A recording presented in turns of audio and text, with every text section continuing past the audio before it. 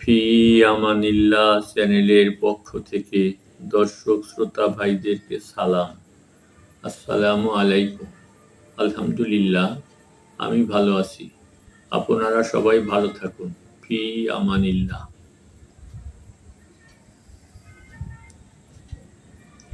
হুজুর পাক সাল্লাল্লাহু আলাইহি সাল্লামের বিদায় হজ।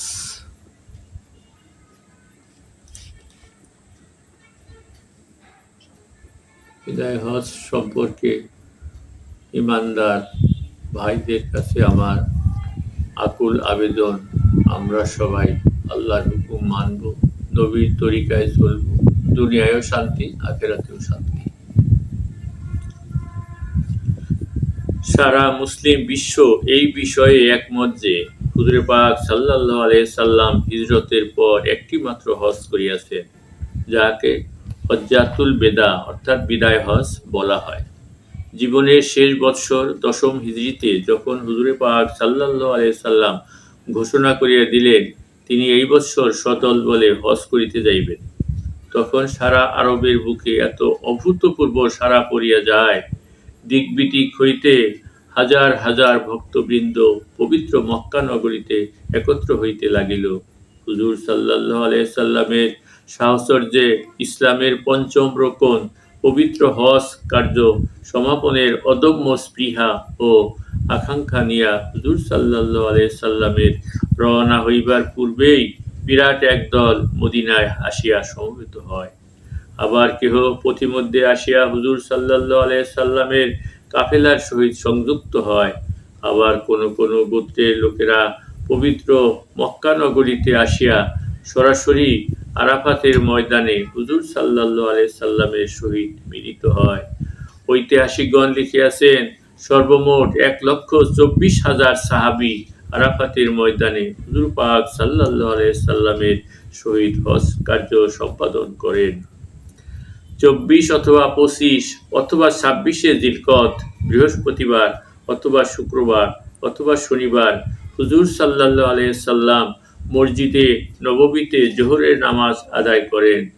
রাত্রিবেলায় হুজুর পাক সাল্লাল্লাহু আলাইহি সাল্লাম জুল হুলাইফায়ে অবস্থান করেন এবং যেই সব বিবি সাহেবান হুজুর সাল্লাল্লাহু আলাইহি সাল্লামের সাথে ছিলেন, সেই রাত্রে সকলের সহিত হুজুর সাল্লাল্লাহু আলাইহি সাল্লাম সহবাস করেন।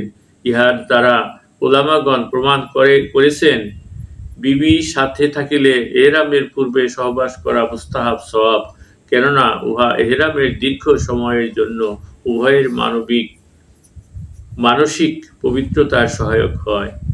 দ্বিতীয় দিন হুজুরে পাক সাল্লাল্লাহু আলাইহি সাল্লাম জোহরের নামাজ আদায় করার পূর্বে এহরামের জন্য গোসল করেন এবং এহরামের পোশাক পরিয়া জুল হুলাইফার মসজিদে জোহরের নামাজ আদায় করিয়া হজে কেরানের নিয়তে এহরাম বাঁধেন।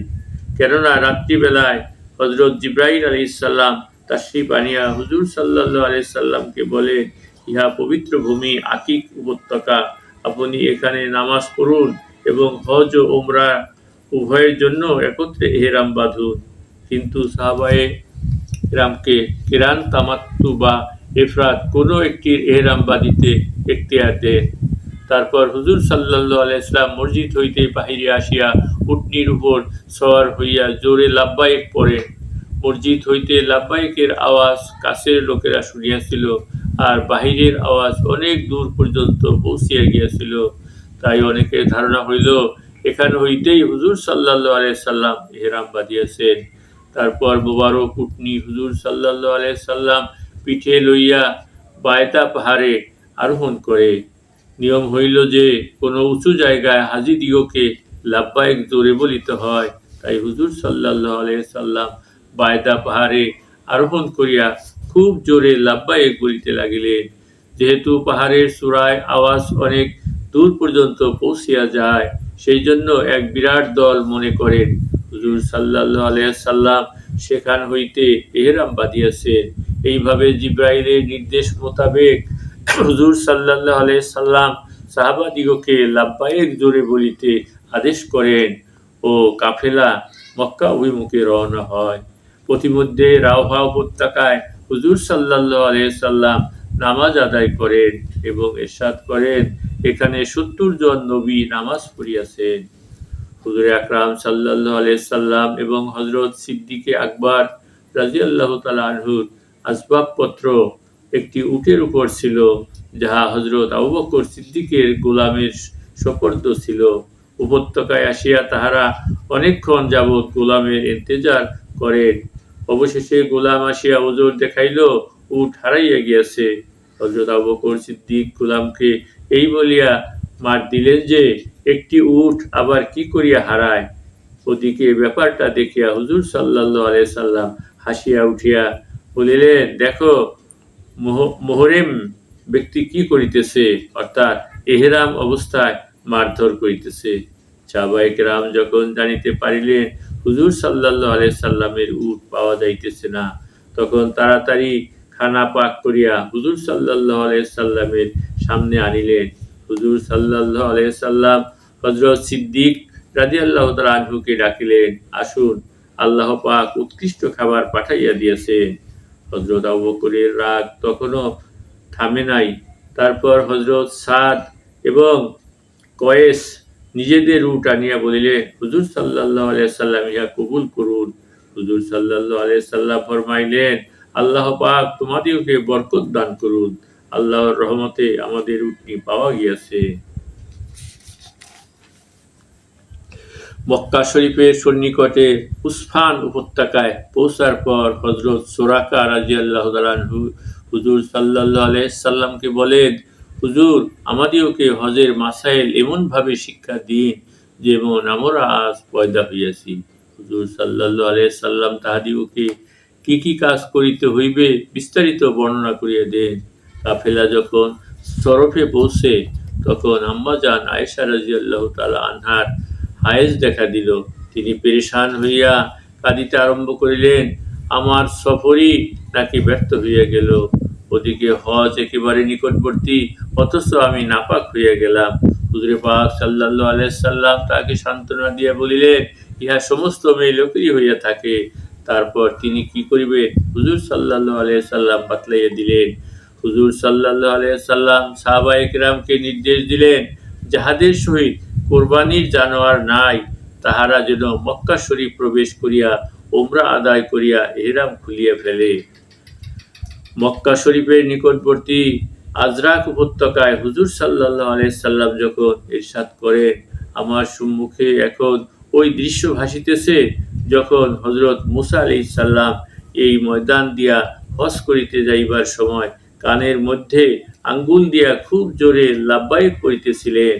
তারপর হুজুর সাল্লাল্লাহু আলাইহি সাল্লাম মক্কা শরীফের একেবারেই নিকটে জিতুআয়া পৌঁছিয়া রাত্রিবেলা সেখানে অবস্থান করিয়া সকালবেলায় মক্কা শরীফ প্রবেশ করিবার নিয়তে গোসল করেন এবং চতুর্থ জিলহজ শনিবার চাষ্টের নামাজের ওয়াক্তে পবিত্র মক্কা ভূমিতে পদার্পণ করেন। মক্কায় প্রবেশ করিয়াই হুজুর সাল্লাল্লাহু আলাইহি সাল্লাম প্রথমে মসজিদে হারামে তাশরিফ নেন এবং হজরে আসওয়াদ চুম্বন করিয়া তওয়াফ করে কোনো তাহিয়াতুল মসজিদ পড়েন নাই, বরং মসজিদে দাখিল হইয়াই তওয়াফ শুরু করিয়া দেন। তওয়াফ শেষ করিয়া মাকামে ইব্রাহিমের 2 রাকাত তওয়াফের নামাজ আদায় করেন, যাহার মধ্যে সূরা কুলিয়া এবং কুল হুয়াল্লাহু পড়েন। তারপর পুনরায় তিনি হজরে আসওয়াদ চুম্বন করেন এবং বাবু সাফা দিয়া বাহির হইয়া সাফা পাহাড়ে তাশরিফ নিয়ে যান। এত উপরে উঠেন যে সেখান হইতে বাইতুল্লাহ দেখা যাইতেছিল। হুজুর সাল্লাল্লাহু আলাইহি সাল্লাম সেখানে দাঁড়াইয়া দীর্ঘ সময় যাবৎ আল্লাহর প্রশংসা ও তাকবীর বলিতে থাকেন এবং দোয়া করিতে থাকেন। তারপর সাফা মারওয়ায় 7 বার চক্কর দেন এবং মারওয়া পাহাড়ের চক্কর শেষ করিয়া যাহাদের সাথে কোরবানির জানোয়ার নাই তাহাদিওকে ইহরাম খুলিতে বলেন। তারপর 4 দিন মক্কা শরীফে অবস্থান করেন।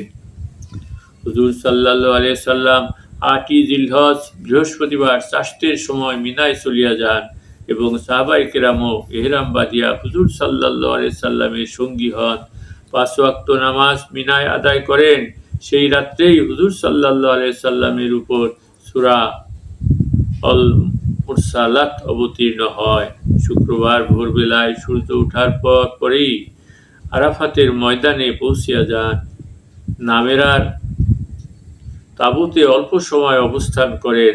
অতঃপর দ্বিপ্রহরের পর কাসওয়া নামক উটনীতে আরোহণ করিয়া নিকটস্থ বতনে আরনায় গমন করেন এবং সেখানে লম্বা চওড়া এক খুতবা পাঠ করেন।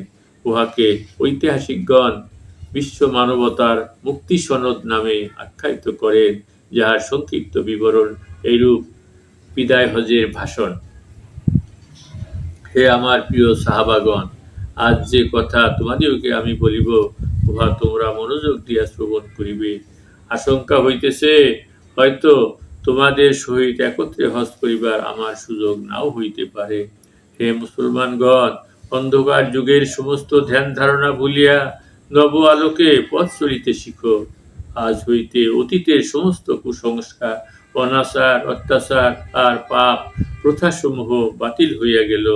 মনে রাখিও, সব মুসলমান আপোষে ভাই ভাই, কেহ কাহারও সে ছোটও না, আবার কাহারও সে বড়ও না। আল্লাহর নিকট সকলেই সমান। নারী জাতির কথা ভুলিও না। তাহাদের উপর তোমাদের যেইরূপ অধিকার আছে, তোমাদের উপরও তাহাদের সেইরূপ অধিকার রহিয়াছে। তাহাদের উপর অত্যাচার করিও না। মনে রাখিও, আল্লাহকে সাক্ষী বানাইয়া তোমরা তোমাদের স্ত্রীদিওকে গ্রহণ করিয়াছ। আজিকার এই দিন যেমন পবিত্র, ঠিক তেমনি পবিত্র তোমাদের পরস্পরের জীবন ও ধন সম্পদ। কাজেই মুসলমানের জীবন ও ধন সম্পদকে পবিত্র জানিবে। হে মুসলমানগণ, দাস দাসীদের প্রতি সর্বদা সদ্ব্যবহার করিবে। তাহাদের উপর কোনো জুলুম অত্যাচার করিবে না। তোমরা যাহা খাইবে তাহাদিওকে তাহাই খাওয়াইবে, যাহা পরিবে তাহাই পরাইবে। ভুলিয়া যাইও না, তাহারাও তোমাদের মতোই মানুষ। হুঁশিয়ার, নেতার আদেশ কখনো লঙ্ঘন করিবে না। যদি তোমাদের উপর নাক কাটা কোনো হাবশী কৃতদাসকেও আমির বানাইয়া দেওয়া হয় এবং সে যদি আল্লাহর কিতাব অনুসারে তোমাদিওকে পরিচালনা করে, তবে অবনত মস্তকে তাহার আদেশ মানিয়া চলিবে। সাবধান, মূর্তি পূজার অভিশাপ যেন আর তোমাদিওকে স্পর্শ না করে। শিরক করিবে না, চুরি করিবে না, জিনা করিবে না। সর্বপ্রকার পাপাচার হইতে নিজেকে মুক্ত রাখিয়া পবিত্রভাবে জীবনযাপন করিবে। মনে রাখিও, একদিন তোমাদিওকে আল্লাহর নিকট যাইতে হইবে। সেই দিন তোমাদের কৃতকর্মের জবাব দিতে হইবে। বংশ গৌরব করিও না। যে ব্যক্তি নিজের বংশকে হেয় মনে করিয়া অপর বংশের নামে আত্মপরিচয় দেয়, তাহার উপর আল্লাহর অভিশাপ নাযিল হয়। হে আমার প্রিয় উম্মতগণ, তোমাদের নিকট আমি যেই দুটি সম্পদ রাখিয়া যাইতেছি, যতদিন পর্যন্ত উহা আঁকড়াইয়া ধরিবে, ততদিন পর্যন্ত ধ্বংসপ্রাপ্ত হইবে না। তাহার একটি আল্লাহর কোরআন ও অপরটি হইল তাহার রাসূল সাল্লাল্লাহু আলাইহি সাল্লামের আদর্শ। নিশ্চয় জানিয়া রাখিও, আমার পর কোনো নবী আসিবে না। যাহারা উপস্থিত আছে তাহারা অনুপস্থিত সকলের নিকট আমার এইসব বাণী পৌঁছাইয়া দিবে। তারপর আসমানের দিকে মুখ করিয়া প্রিয় নবী সাল্লাল্লাহু আলাইহি সাল্লাম বলিতে লাগিলেন, হে আমার পরওয়ারদিগার, আমি কি তোমার বাণী সঠিকভাবে পৌঁছাইয়া দিতে পারিলাম? আরাফাতের আকাশ বাতাস মুখরিত করিয়া লক্ষ কণ্ঠে আওয়াজ উত্থিত হইল, নিশ্চয় আপনি পৌঁছাইয়াছে, বরং পৌঁছানোর হক আদায় করিয়া দিয়াছে। হুজুরে পাক সাল্লাল্লাহু আলাইহি সাল্লাম তখন কাতর কণ্ঠে বলিয়া উঠিলেন, হে আল্লাহ, তুমি সাক্ষী থাকো, তুমি সাক্ষী থাকো। উহারা বলিতেছে, আমি আমার কর্তব্য যথাযথ পালন করিয়াছি। সেই খুতবার ভিতর এমন কতগুলি শব্দ ছিল, হয়তো তোমরা এই বৎসরের পর আর আমাকে দেখিবে না। এখানে হয়তো তোমাদের সহিত আমার আর সাক্ষাৎ নাও হইতে পারে, ইত্যাদি। খুতবার পর হযরত বেলাল রাদিয়াল্লাহু তাআলা আনহুকে তাকবীর দিতে বলিলেন এবং জোহর ও আসরের নামাজ জোহরের ওয়াক্তেই পড়েন। জোহরের পর আরাফাতের ময়দানে তাশরিফ আনেন। মাগরিব পর্যন্ত খুব ইহতিমামের সহিত দোয়ায় মশগুল থাকেন। ওই সময় হযরত উম্মে ফজল হুজুর সাল্লাল্লাহু আলাইহি সাল্লাম রোজা রাখিয়াছেন কিনা ইহা পরীক্ষার জন্য হুজুর সাল্লাল্লাহু আলাইহি সাল্লামের খেদমতে এক পেয়ালা দুধ পাঠান। হুজুর সাল্লাল্লাহু আলাইহি সাল্লাম উটের উপর থাকিয়া সমস্ত লোকের সামনে উহা পান করেন। এই খেয়ালে যে লোকে যেন জানিতে পারে হুজুর সাল্লাল্লাহু আলাইহি সাল্লাম রোজাদার নহেন। ওই সময় জনৈক সাহাবী উটের পৃষ্ঠ হইতে পতিত হইয়া প্রাণত্যাগ করেন। হুজুর সাল্লাল্লাহু আলাইহি সাল্লাম ইরশাদ করেন, তাহাকে ইহরামের কাপড়ে কাফন দিয়া দাফন করা হোক। কিয়ামতের দিন সে লাব্বাইক বলিতে বলিতে উঠিবে, সেই স্থানে নজদের দিক হইতে সরাসরি এক জামাত আসিয়া উপস্থিত হয়। তাহাদের একজন জিজ্ঞাসা করে, হুজুর সাল্লাল্লাহু আলাইহি সাল্লাম, হজ কি জিনিস? হুজুর সাল্লাল্লাহু আলাইহি সাল্লাম বলেন, হজ আরাফাতের ময়দানে আসাকেই বলা হয়। যেই ব্যক্তি ৯ই জিলহজের ফজরের পূর্বে আরাফাতে পৌঁছিবে তাহার হজ হইয়া যাইবে। হুজুর সাল্লাল্লাহু আলাইহি সাল্লাম মাগরিব পর্যন্ত উম্মতের মাগফিরাতের জন্য দোয়া করিতে থাকেন। আল্লাহ পাক জালেম ব্যতীত আর সকলের গুনাহ মাফ করিয়া দিবার ওয়াদা করেন।